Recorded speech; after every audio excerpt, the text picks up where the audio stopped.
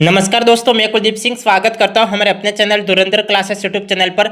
जैसा कि दोस्तों हमारी चर्चा चल रही थी जय प्रक्रम और पोषण के ऊपर, और इससे रिलेटेड हम काफ़ी सारे क्वेश्चन कर चुके हैं। आज के क्लास में उससे आगे के क्वेश्चन करेंगे, तो क्लास में एंड तक बने रहिए। हम क्लास को बिना देरी के शुरू करते हैं। सबसे पहला क्वेश्चन देखिए, यहाँ पे 241 नंबर का हमें क्वेश्चन दे रखा है कि पादपों को कार्बोहाइड्रेट बनाने के लिए नाइट्रोजन की अधिक आवश्यकता होती है। हमें असत्य कथन की पहचान करनी है, और ये ऑप्शन हमें दे रखा है कि पादपों को कार्बोहाइड्रेट बनाने के लिए नाइट्रोजन की अधिक आवश्यकता होती है। क्या पादपों को कार्बोहाइड्रेट बनाने के लिए नाइट्रोजन की अधिक आवश्यकता होती है? यहाँ पे सरासर गलत ऑप्शन दे रखा है, क्योंकि हमें गलत ऑप्शन की पहचान करनी है। और यहाँ पे ए ऑप्शन में गलत ऑप्शन दे रखा है कि कार्बोहाइड्रेट बनाने के लिए नाइट्रोजन की अधिक आवश्यकता होती है, जबकि नाइट्रोजन की अधिक आवश्यकता नहीं होकर कार्बोहाइड्रेट बनाने के लिए कार्बन डाइऑक्साइड, जल और प्रकाश चाहिए, ना कि नाइट्रोजन। इसलिए नाइट्रोजन तो गलत ऑप्शन दे रखा है, और हमें यही देखना था कि असत्य कथन कौन सा है। तो गलत कथन कौन सा? ए ऑप्शन गलत है, इसलिए ए ऑप्शन इसका करेक्ट ऑप्शन है। बी ऑप्शन दे रखा है कि राइजोबियम जीवाणु वायुमंडलीय नाइट्रोजन को विलेय पदार्थों में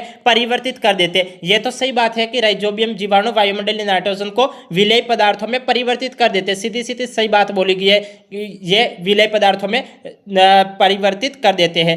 बाकी सी ऑप्शन हमें दे रखा है कि मटर, मूंग, चना, सेम आदि की जड़ों में राइजोबियम होता है। यह भी सही बात बोली गई है कि मटर, मूंग, चना, सेम आदि की जड़ों में राइजोबियम होता है।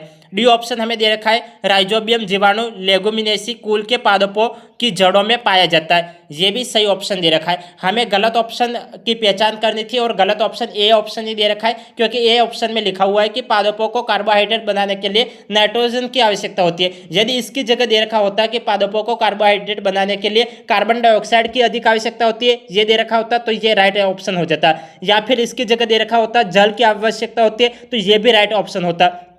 या फिर प्रकाश की आवश्यकता होती ये दे रखा होता, तब भी ये राइट ऑप्शन होता। लेकिन यहाँ पे नाइट्रोजन की अधिक आवश्यकता होती ये दे रखा है, इसलिए ये गलत है। क्योंकि नाइट्रोजन की अधिक आवश्यकता तो प्रोटीन के लिए होती है, ना कि कार्बोहाइड्रेट के लिए। इसलिए कार्बोहाइड्रेट बनाने के लिए तो हमें कार्बन डाइऑक्साइड, जल और प्रकाश चाहिए, और प्रोटीन के लिए नाइट्रोजन की आवश्यकता होती है। इसलिए यहाँ पे ए ऑप्शन गलत है, और हमें गलत ऑप्शन की पहचान करनी थी, इसलिए ए ऑप्शन करेक्ट ऑप्शन है। अब आगे देखिए, आगे 242 नंबर का क्वेश्चन हमें दे रखा है। इस क्वेश्चन को ध्यानपूर्वक समझने की कोशिश करिए। यहाँ पे हमें क्वेश्चन दे रखा है कि पेप्टिक व्रण किस प्रकार का रोग है?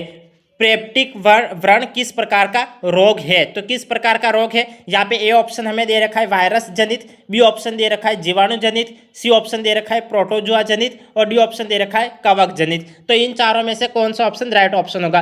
पेप्टिक व्रण किस प्रकार का रोग है? तो यह जीवाणु जनित रोग है। कैसा रोग है? तो यह एक जीवाणु जनित रोग है, क्योंकि हम जानते हैं कि पेप्टिक व्रण हेलिकोबैक्टर पाइलोरी जीवाणु से होता है। इसलिए इसका राइट ऑप्शन कौन सा है? जीवाणु जनित इसका राइट ऑप्शन है।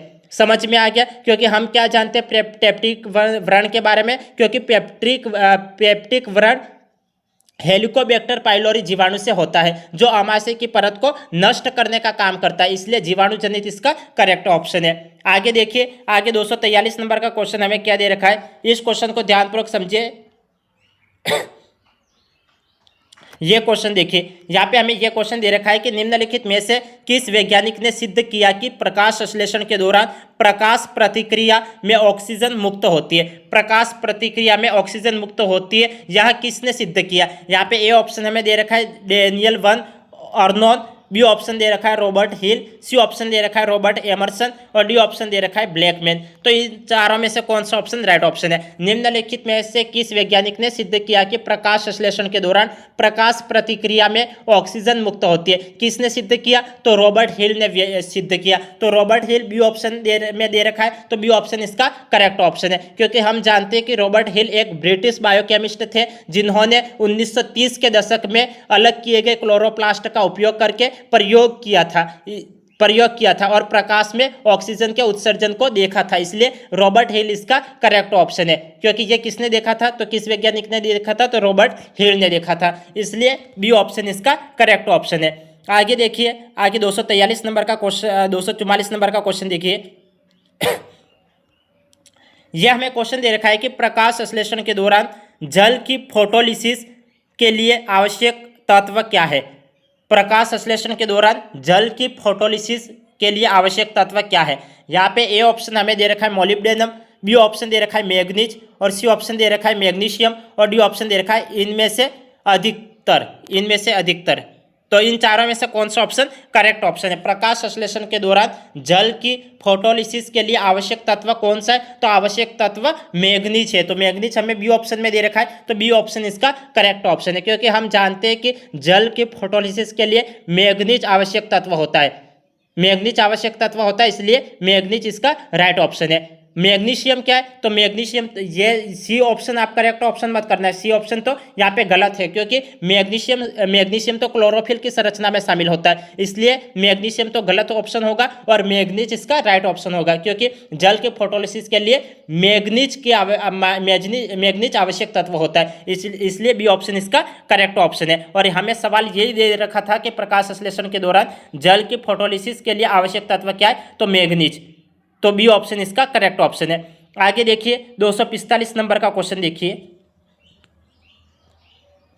ये देखिए यहाँ पे हमें ये ऑप्शन दे रखा, ये सवाल दे रखा है कि पौधों में उपस्थित प्रकाश संश्लेषी वर्णक क्या है? तो पौधों में उपस्थित प्रकाश संश्लेषी वर्णक क्या है? यहाँ पे ए ऑप्शन हमें दे रखा है क्लोरोफिल ए और बी ऑप्शन दे रखा है क्लोरोफिल ए और सी ऑप्शन दे रखा है क्लोरोफिल ए, और डी ऑप्शन दे रखा है क्लोरोफिल बी। तो इन चारों में से कौन सा ऑप्शन करेक्ट ऑप्शन होगा? पौधों में उपस्थित प्रकाश संश्लेषी वर्णक क्या है? तो क्या है? तो यह क्लोरोफिल ए है, क्लोरोफिल बी है, क्लोरोफिल सी है, या फिर क्लोरोफिल ए और बी है। तो इसका राइट ऑप्शन कौन सा होगा? क्लोरोफिल ए और बी इसका करेक्ट ऑप्शन है, क्योंकि पौधों में प्रकाश संश्लेषी वर्णक के रूप में क्लोरोफिल ए और बी दोनों पाए जाते हैं, इसलिए ए ऑप्शन इसका करेक्ट ऑप्शन है। यहाँ पे केवल सी ऑप्शन में क्लोरोफिल ए दे रखा है, इसलिए यह गलत ऑप्शन हो जाएगा। यहाँ पे डी ऑप्शन में क्लोरोफिल बी दे रखा है, इसलिए यह गलत ऑप्शन हो जाएगा, क्योंकि हम जानते हैं कि पौधों में प्रकाश संश्लेषी वर्णक के रूप में क्लोरोफिल ए और बी पाए जाते हैं, इसलिए ए ऑप्शन इसका करेक्ट ऑप्शन है। यहाँ पे सी दे रखा है, तो सी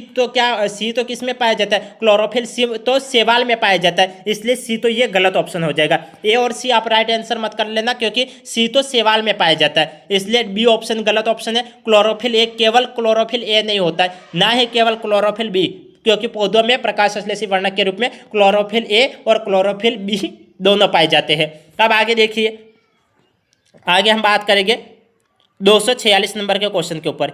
यहाँ पे इस क्वेश्चन को समझिए। यहाँ पे हमें क्वेश्चन दे रखा है कि नीचे दिए गए विकल्पों में से उस जीव की पहचान करें जो हमेशा विषमपोषी होता है।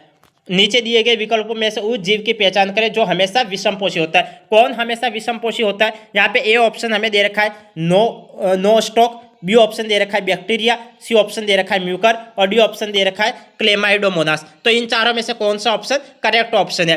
कौन सा विषमपोषी होता है? तो कौन सा विषमपोषी होता है? तो कौन सा विषमपोषी होता है? जो म्यूकर होता है वो विषमपोषी होता है, क्योंकि हम जानते हैं कि म्यूकर एक कवक होता है जो हमेशा विषमपोषी होता है, इसलिए म्यूकर इसका करेक्ट ऑप्शन है। हमें यही पूछा गया था कि नीचे दिए गए विकल्पों में से उस जीव की पहचान करें जो हमेशा विषमपोषी होता है। तो हमेशा विषमपोषी कौन होता है? तो म्यूकर हमेशा विषमपोषी होता है, क्योंकि म्यूकर एक कवक है और जो हमेशा विषमपोषी होता है। और यहाँ पे ए ऑप्शन हमें दे रखा है नो स्टॉक, बी ऑप्शन दे रखा है बैक्टीरिया, और सी ऑप्शन दे रखा है डी ऑप्शन दे रखा है क्लेमाइडोमोनास। तो ये तीन ऑप्शन गलत ऑप्शन हो जाएंगे। क्यों? क्योंकि Nostoc, Chlamydomonas, Nostoc bacteria और क्लाइडोमोनास ये तो स्वयंपोषी है।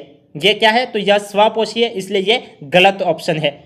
और राइट ऑप्शन कौन सा है? म्यूकर इसका राइट ऑप्शन है, क्योंकि हमें विषमपोषी पूछा हुआ था, और नो स्टॉक, बैक्टीरिया और क्लेमाइडोमोनास ये तो स्वपोषी है। यदि स्वपोषी पूछा होता तो नो स्टॉक इसका राइट ऑप्शन होता, बैक्टीरिया इसका राइट आंसर होता, और क्लेमाइडोमोनास इसका राइट ऑप्शन होता। लेकिन विषमपोषी पूछा हुआ है, इसलिए म्यूकर इसका करेक्ट ऑप्शन है। अब आगे देखिए 247 नंबर के क्वेश्चन के ऊपर हम चर्चा करते हैं। 247 नंबर का क्वेश्चन क्या दे रखा है, इस क्वेश्चन को समझिए। यहाँ पे हमें क्वेश्चन दे रखा है कि ग्लिसन का संपुट पाया जाता है। ग्लिसन का संपुट पाया जाता है किस में पाया जाता है? यहाँ पे ए ऑप्शन हमें दे रखा है वृक्क में, बी ऑप्शन दे रखा है मस्तिष्क में, सी ऑप्शन दे रखा है पित्ताशय में, और डी ऑप्शन दे रखा है यकृत में। इन चारों में से कौन सा ऑप्शन करेक्ट ऑप्शन होगा? ग्लिसन का संपुट पाया जाता है किस में पाया जाता है? तो यहाँ यकृत में पाया जाता है, इसलिए डी ऑप्शन इसका करेक्ट ऑप्शन है, क्योंकि हम जानते हैं कि ग्लिसन का संपुट यकृत को सुरक्षा और संरचनात्मक सहारा प्रदान करता है, इसलिए यकृत इसका करेक्ट ऑप्शन है। समझ में आ गया? ग्लिसन का संपुट पाया जाता है किस में पाया जाता है? यकृत में पाया जाता है। क्यों पाया जाता है? क्योंकि ग्लिसन का संपुट यकृत को सुरक्षा और संरचनात्मक सहारा प्रदान करता है, इसलिए यकृत डी ऑप्शन इसका करेक्ट ऑप्शन है।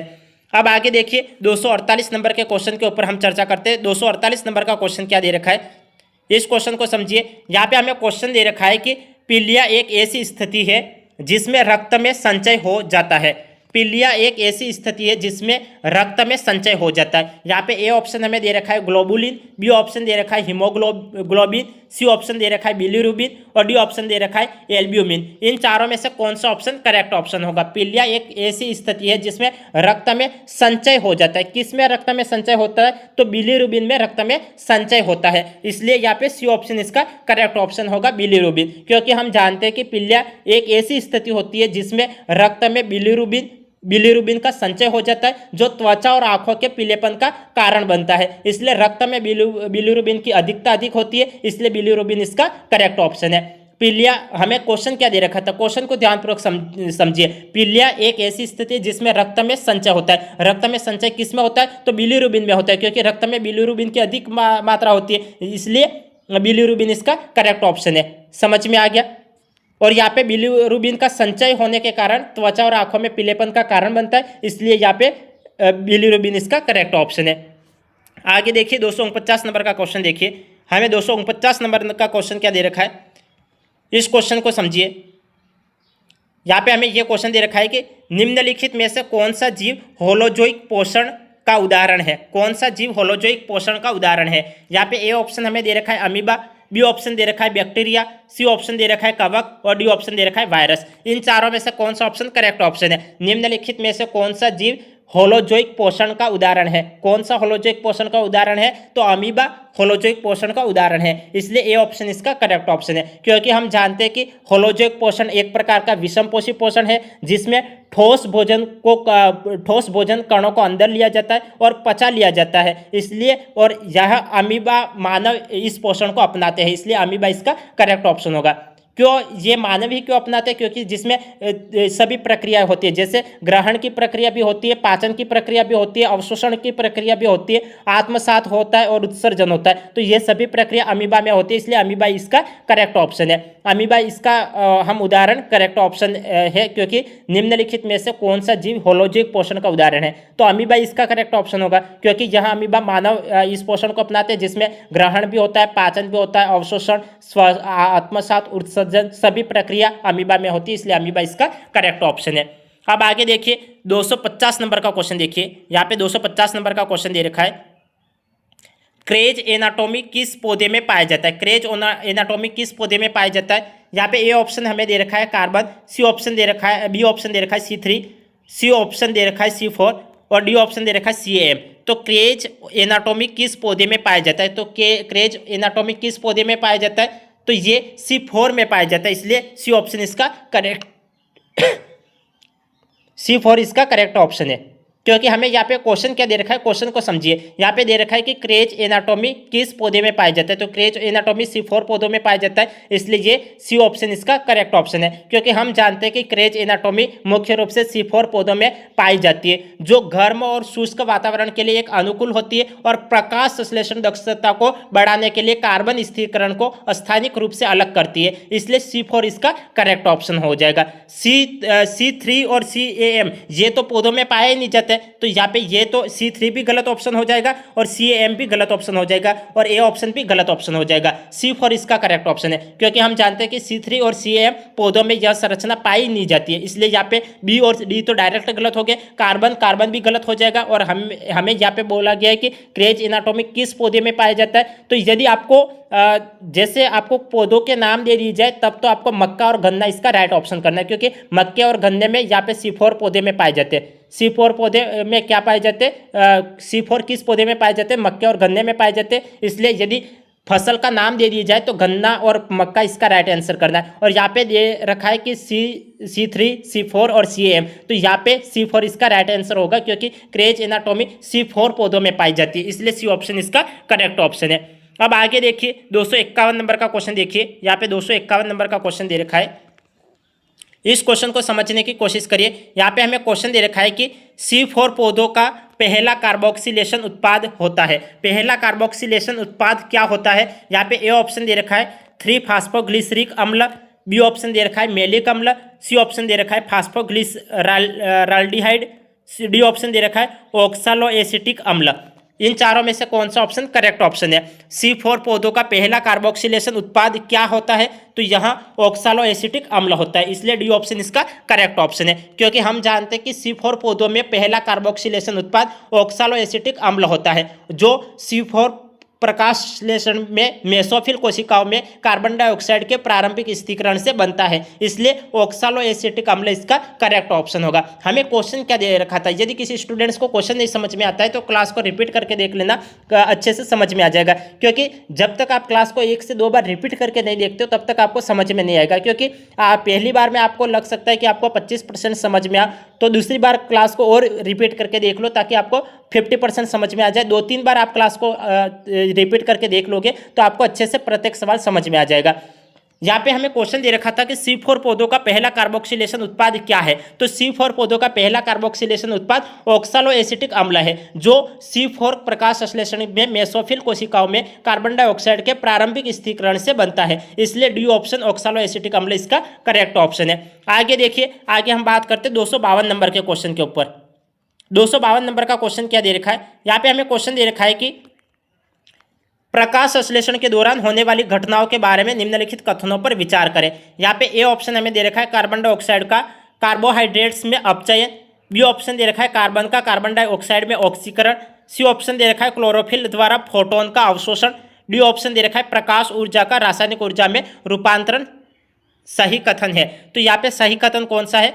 तो सही कथन के बारे में हमें यहाँ पे सही कथन कौन सा है यह हमें पता लगाना है। अब यहाँ पे ए ऑप्शन हमें दे रखा है कि कार्बन डाइऑक्साइड का कार्बोहाइड्रेट में अपचयन, ये तो सही बात बोली गई है कि कार्बन डाइऑक्साइड का कार्बोहाइड्रेट में अपचयन, ये तो सही बात बोली गई है। यहाँ पे बी ऑप्शन दे रखा है कि कार्बन का कार्बन डाइऑक्साइड में ऑक्सीकरण, कार्बन का कार्बन डाइऑक्साइड में ऑक्सीकरण, यहाँ पे ऑक्सीकरण थोड़ी होता है, यहाँ पे ऑक्सीकरण थोड़ी होता है, ये तो गलत है क्योंकि कार्बन डाइऑक्साइड का अपचयन होता है, ऑक्सीकरण थोड़ी होता है, इसलिए यहाँ पे ये बी ऑप्शन गलत ऑप्शन होगा। क्योंकि हमें तो क्या पूछा गया? सत्य कथन की पहचान करनी, सही कथन की पहचान करनी, और गलत कथन कौन सा हो गया? यहाँ पे बी ऑप्शन गलत ऑप्शन हो गया, क्योंकि यहाँ पे दे रखा है कि कार्बन का कार्बन डाइऑक्साइड में ऑक्सीकरण, यदि ऑक्सीकरण की जगह अपचयन दे रखा होता तब तो ये राइट ऑप्शन होता, लेकिन यहाँ पे ऑक्सीकरण दे रखा है इसलिए ये गलत ऑप्शन है। क्योंकि हम जानते हैं कि प्रकाश संश्लेषण में कार्बन का ऑक्सीकरण नहीं होता है बल्कि कार्बन डाइऑक्साइड का अपचयन होता है, तो कार्बन डाइऑक्साइड का अपचयन दे रखा होता तब तो राइट ऑप्शन होता, लेकिन यहाँ पे ये गलत ऑप्शन हो गया। सी ऑप्शन दे रखा है क्लोरोफिल द्वारा फोटोन का अवशोषण, क्लोरोफिल द्वारा फोटोन का अवशोषण, ये भी करेक्ट है, सही बात बोली गई। डी ऑप्शन देखिए प्रकाश ऊर्जा का रासायनिक ऊर्जा में रूपांतरण, तो प्रकाश ऊर्जा का रासायनिक रूपांतरण, ये भी सही बात है। तो हमें तो सही कथन की पहचान करनी थी, तो ए सी डी इसका करेक्ट ऑप्शन है। ए सी डी हमें किस ऑप्शन में दे रखा है? सी ऑप्शन में दे रखा है, इसलिए सी ऑप्शन इसका करेक्ट ऑप्शन है। समझ में आ गया?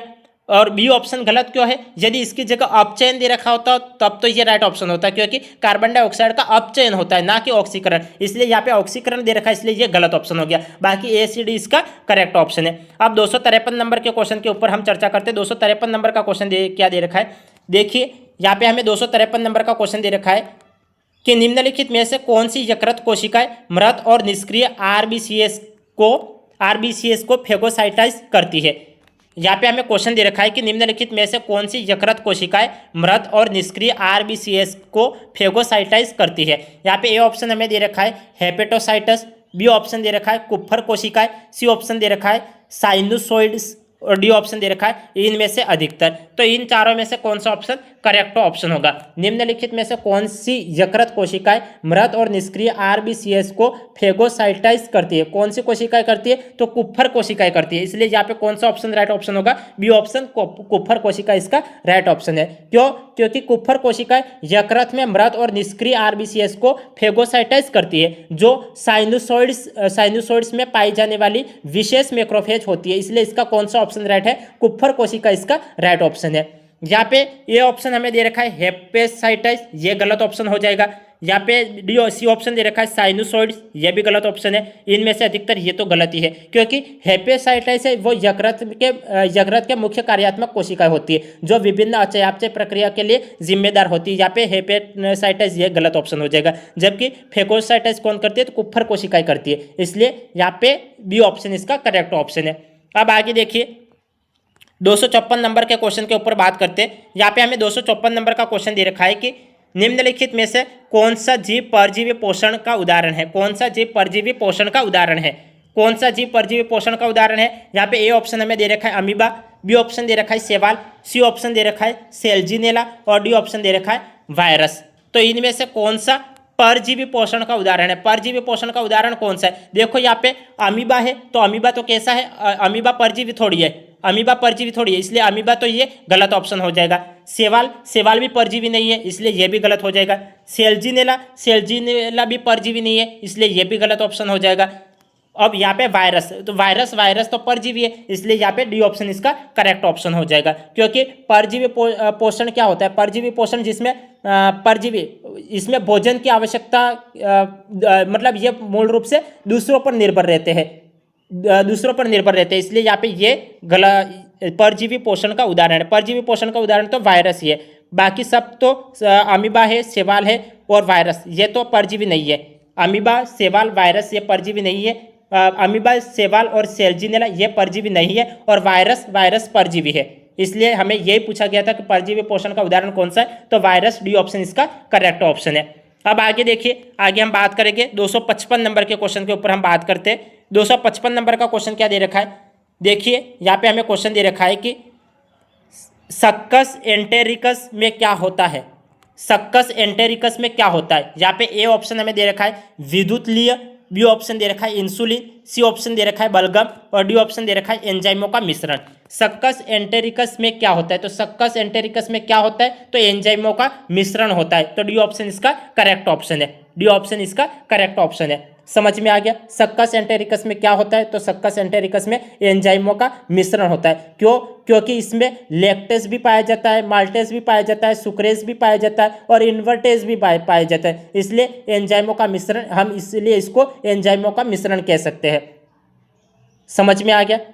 हमें यह बोला गया था कि सक्कस एंटेरिकस में क्या होता है, तो सक्कस एंटेरिकस में एंजाइमों का मिश्रण होता है। एंजाइमों का मिश्रण मतलब क्या क्या हो सकता है? लैक्टेज भी हो सकता है, माल्टेज भी हो सकता है, सुक्रेज भी हो सकता है और इन्वर्टेज भी हो सकता है, तो ये सभी एंजाइमों के मिश्रण है। तो यहाँ पे सक्कस एंटेरिकस में क्या होता है? तो एंजाइमों का मिश्रण होता है। ये डी ऑप्शन इसका करेक्ट ऑप्शन है।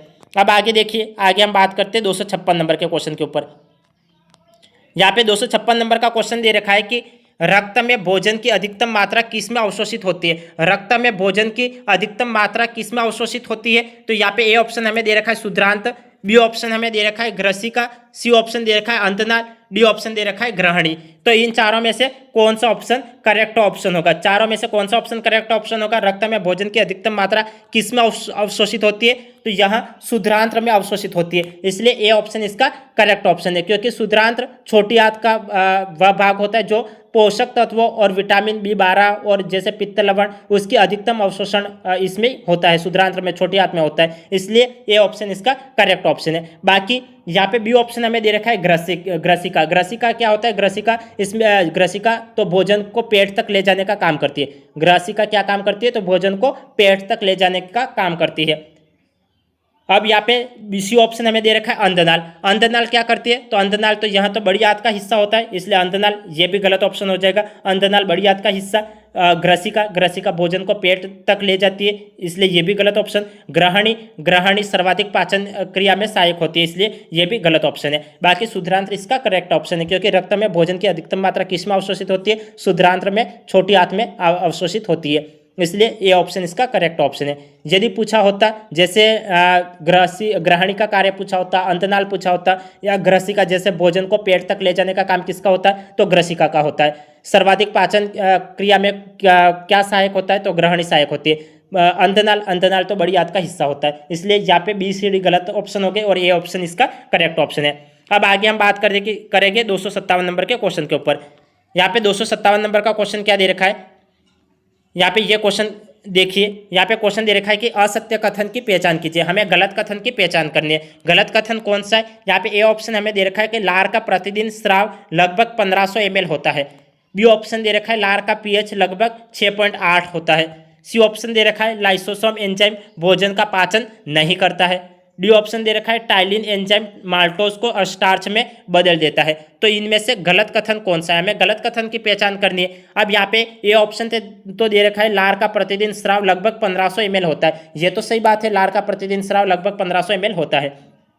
और यहाँ पे बी ऑप्शन दे रखा है लार का पीएच लगभग 6.8 होता है, ये भी सही बात है, लार का पीएच लगभग 6.8 होता है। सी ऑप्शन दे रखा है लाइसोसोम एंजाइम भोजन का पाचन नहीं करते, तो ये भी सही बात है, लाइसोसोम एंजाइम भोजन का पाचन नहीं करते। डी ऑप्शन दे रखा है टाइलिन एंजाइम माल्टोस को स्टार्च में बदल देता है, माल्टोस को स्टार्च में थोड़ी बदल देता है, माल्टोस को स्टार्च में थोड़ी बदल देता है, स्टार्च को माल्टोस में तोड़ने का काम करता है ना, टाइलिन एंजाइम तो स्टार्च को माल्टोस में तोड़ने का काम करता है, न कि माल्टोस को स्टार्च में, इसलिए ये गलत ऑप्शन है। और हमें तो क्या पूछा गया था, गलत ऑप्शन की हमें पहचान करनी थी, इसलिए राइट ऑप्शन कौन सा है, बी ऑप्शन इसका करेक्ट ऑप्शन है, क्योंकि यहाँ पे ये पूछा गया था कि कौन सा असत्य है, आपको कौन सा असत्य है और कौन सा असत्य है, सत्य है और कौन सा असत्य है, ये बात विशेष रूप से आपको ध्यान में रखनी है। यहाँ पे असत्य कथन की पहचान करनी थी, मतलब गलत कथन की, गलत कथन कौन सा है, टाइलिन एंजाइम माल्टोस को स्टार्च में बदल देता है, ये गलत है। यदि इसकी जगह दे रखा होता कि टाइलिन स्टार्च को माल्टोस में तोड़ता है, ये दे रखा होता तो ये इसका राइट आंसर होता।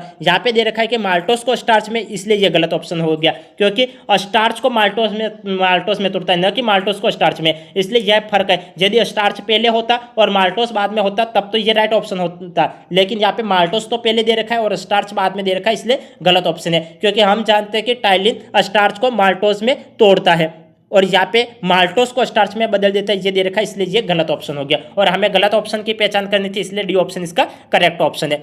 आगे देखिए, आगे हमें ये क्वेश्चन दे रखा है कि स्वपोषी में क्या शामिल है, स्वपोषी में क्या शामिल है। यहाँ पे ए ऑप्शन हमें दे रखा है केवल हरे पौधे, बी ऑप्शन दे रखा है जानवर और कवक, सी ऑप्शन दे रखा है हरे पौधे और कुछ बैक्टीरिया, और डी ऑप्शन दे रखा है केवल बैक्टीरिया। तो स्वपोषी में क्या शामिल होते हैं, स्वपोषी में क्या शामिल होते हैं, तो स्वपोषी में हरे पौधे और कुछ बैक्टीरिया शामिल होते हैं, इसलिए सी ऑप्शन इसका करेक्ट ऑप्शन है।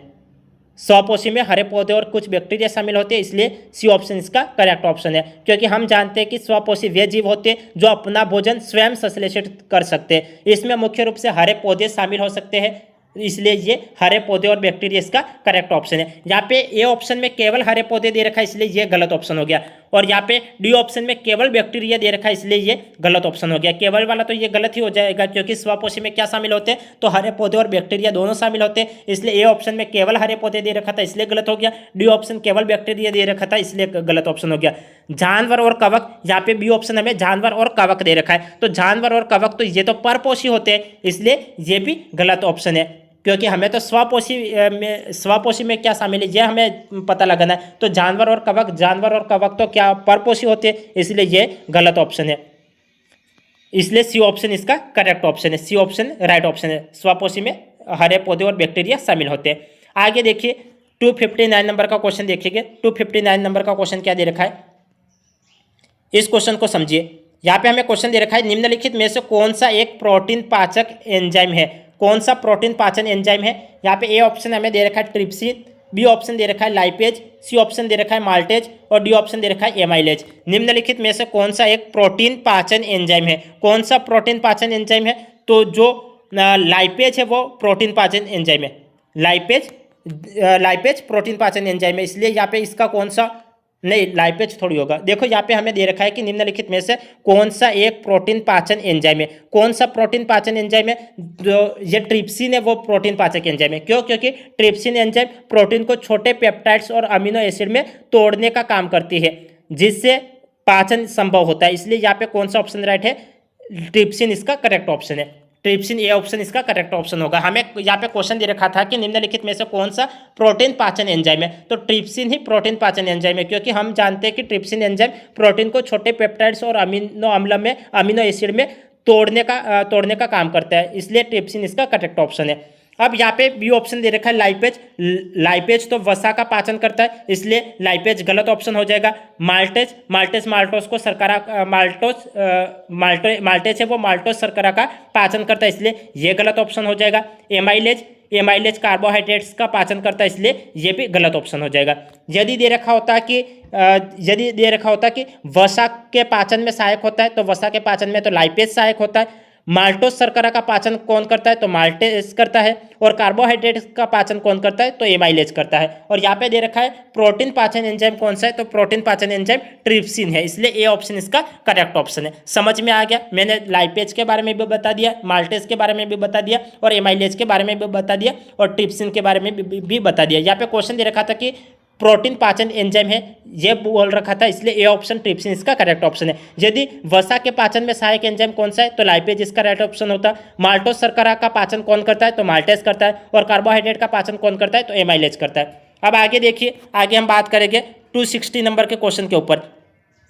260 नंबर का यहाँ पे हमें क्वेश्चन दे रखा है कि मानव शरीर में वसा के पाचन के दौरान वसा के विघटन में निम्नलिखित में से कौन सा एंजाइम सहायक है। मानव शरीर में वसा के पाचन के दौरान वसा के विघटन में निम्नलिखित में से कौन सा एंजाइम सहायक है। यहाँ पे ए ऑप्शन दे रखा है एमाइलेज, बी ऑप्शन दे रखा है ट्रिप्सिन, सी ऑप्शन दे रखा है पेप्सिन और डी ऑप्शन दे रखा है लाइपेज। तो इन चारों में से कौन सा ऑप्शन करेक्ट ऑप्शन है तो डी ऑप्शन लाइपेज इसका करेक्ट ऑप्शन है, क्योंकि हम जानते हैं कि लाइपेज एंजाइम वसा के अणुओं को तोड़कर फैटी एसिड और ग्लिसरॉल में बदल लेता है, इसलिए यहाँ पे लाइपेज इसका करेक्ट ऑप्शन है। और हमें क्वेश्चन यही दे रखा था कि मानव शरीर में वसा के पाचन के दौरान वसा के विघटन में निम्नलिखित में से कौन सा एंजाइम सहायक है तो लाइपेज सहायक है, इसलिए लाइपेज इसका करेक्ट ऑप्शन है। और यहाँ पे ए ऑप्शन दे रखा है एमाइलेज, बी ऑप्शन दे रखा है ट्रिप्सिन और डी ऑप्शन दे रखा है लाइपेज। तो जो एमाइलेज है वो एमाइलेज तो कार्बोहाइड्रेट और ट्रिप्सिन और पेप्सिन और यहाँ पे लाइपेज, ये पेप्सिन प्रोटीन के पाचन के लिए जिम्मेदार होता है, इसलिए यहाँ पे तो लाइपेज इसका करेक्ट ऑप्शन होगा ना। इसलिए देखो, मानव शरीर में वसा के पाचन के दौरान वसा के विघटन में निम्नलिखित में से कौन सा एंजाइम सहायक है तो लाइपेज ही सहायक है, तो लाइपेज इसका राइट ऑप्शन होगा, क्योंकि लाइपेज एंजाइम वसा के अणुओं को तोड़कर फैटी एसिड और ग्लिसरॉल में बदलने का काम करता है, इसलिए डी ऑप्शन लाइपेज इसका करेक्ट ऑप्शन है। अब आगे देखिए 261 नंबर के क्वेश्चन के ऊपर बात करते हैं। 261 नंबर का क्वेश्चन हमें क्या दे रखा है, निम्नलिखित में से एंजाइम और संश्लेषण स्थल के कौन से युग्म का मिलान सही नहीं है। कौन से युग्म का मिलान सही नहीं है ये हमें पता लगाना है कि कौन से युग्म का मिलान सही नहीं है। तो यहाँ पे गुर्दा ट्रिप्सिन या तो सीधा यहाँ पे गलत दे रखा है। ट्रिप्सिन तो ट्रिप्सिन तो क्या है, ट्रिप्सिन तो एक पाचन एंजाइम है, तो यहाँ पे गुर्दा थोड़ी होता है, तो गुर्दा तो यहाँ पे गलत ऑप्शन हो जाएगा।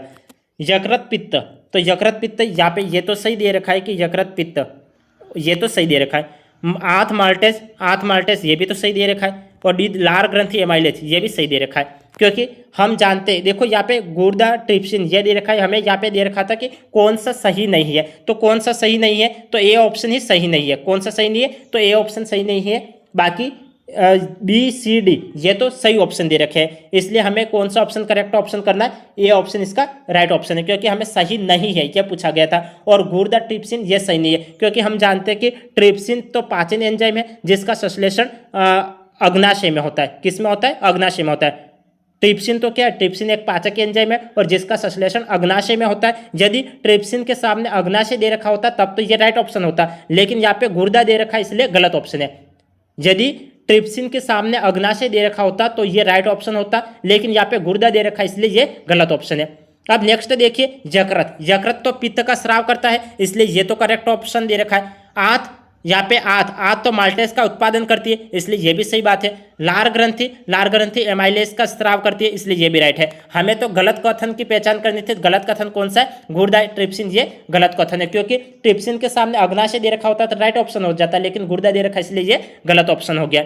अब आगे देखिए आगे 262 नंबर का क्वेश्चन देखिए। यहाँ पे 262 नंबर का हमें क्वेश्चन दे रखा है कि एंजाइम पेप्सिन और ट्रिप्सिन क्रमशः किसके द्वारा स्रावित होते हैं। एंजाइम पेप्सिन और ट्रिप्सिन क्रमशः किसके द्वारा स्रावित होते हैं। यहाँ पे ए ऑप्शन हमें दे रखा है आमाशय और लार ग्रंथियाँ, बी ऑप्शन दे रखा है आमाशय और अग्नाशय, सी ऑप्शन दे रखा है यकृत और अग्नाशय, और डी ऑप्शन दे रखा है यकृत और आमाशय। तो इन चारों में से कौन सा ऑप्शन करेक्ट ऑप्शन होगा। एंजाइम पेप्सिन और ट्रिप्सिन क्रमशः किसके द्वारा स्रावित होते हैं, किसके द्वारा स्रावित होते हैं। तो हम जानते हैं कि जो एंजाइम होता है, एंजाइम पेप्सिन आमाशय द्वारा स्रावित होता है। एंजाइम पेप्सिन तो किसके द्वारा स्रावित होता है तो आमाशय के द्वारा स्रावित होता है, इसलिए यहाँ पे ए ऑप्शन में आमाशय दे रखा है, बी ऑप्शन में आमाशय दे रखा है, यहाँ पे सी ऑप्शन तो ये तो गलत ऑप्शन हो जाएगा, और डी ऑप्शन ये भी गलत ऑप्शन हो गया, क्योंकि यहाँ पे हमें क्रमशः दे रखा है, तो पहले तो आमाशय होना चाहिए, तो ए और बी दोनों में से राइट ऑप्शन होगा। अब नेक्स्ट दे रखा है ट्रिप्सिन, तो ट्रिप्सिन तो अग्नाशय द्वारा स्रावित होता है, तो अग्नाशय तो हमें यहाँ पे ए ऑप्शन में लार ग्रंथि दे रखा है, इसलिए ये गलत ऑप्शन हो गया। अग्नाशय बी ऑप्शन में दे रखा है, इसलिए बी ऑप्शन इसका राइट ऑप्शन है। क्योंकि हम क्या जानते हैं, हम जानते हैं कि एंजाइम पेप्सिन आमाशय द्वारा स्रावित होता है, और यहाँ पे ट्रिप्सिन अग्नाशय द्वारा स्रावित होता है, इसलिए यहाँ पे बी ऑप्शन इसका करेक्ट ऑप्शन है, क्योंकि एंजाइम पेप्सिन यह आमाशय में स्रावित होता है और ट्रिप्सिन यह अग्नाशय द्वारा स्रावित होता है, इसलिए बी ऑप्शन इसका करेक्ट ऑप्शन है। बाकी ए सी डी इसका गलत ऑप्शन है। अब नेक्स्ट देखिए, नेक्स्ट हम बात करेंगे 263 नंबर के क्वेश्चन के ऊपर हम बात करते हैं। 263 नंबर का क्वेश्चन हमें दे रखा है कि आमाशय में कौन सा अम्ल पाया जाता है। आमाशय में कौन सा अम्ल पाया जाता है। यहाँ पे ए ऑप्शन दे रखा है नाइट्रिक अम्ल, बी ऑप्शन दे रखा है हाइड्रोक्लोरिक अम्ल, सी ऑप्शन दे रखा है सिट्रिक अम्ल और डी ऑप्शन दे रखा है एसिटिक अम्ल। तो आमाशय में कौन सा अम्ल पाया जाता है, तो हम जानते हैं कि आमाशय में हाइड्रोक्लोरिक अम्ल पाया जाता है, इसलिए बी ऑप्शन इसका राइट ऑप्शन है। बी ऑप्शन इसका राइट ऑप्शन है, क्योंकि हम क्या जानते हैं, हम जानते हैं कि आमाशय में हाइड्रोक्लोरिक अम्ल पाया जाता है, इसलिए बी ऑप्शन हाइड्रोक्लोरिक अम्ल इसका करेक्ट ऑप्शन है। नेक्स्ट दे रखा है, नेक्स्ट क्वेश्चन देखिए, पित्त में होते हैं, पित्त में क्या होते हैं। यहाँ पे ऑप्शन हमें दे रखा है पित्त लवण, पित्त वर्णक, कोलेस्ट्रॉल, फास्फोलिपिड्स एवं न्यूक्लियस के अंश। बी ऑप्शन दे रखा है पित्त लवण, कोलेस्ट्रॉल, पित्त वर्णक और फास्फोलिपिड्स।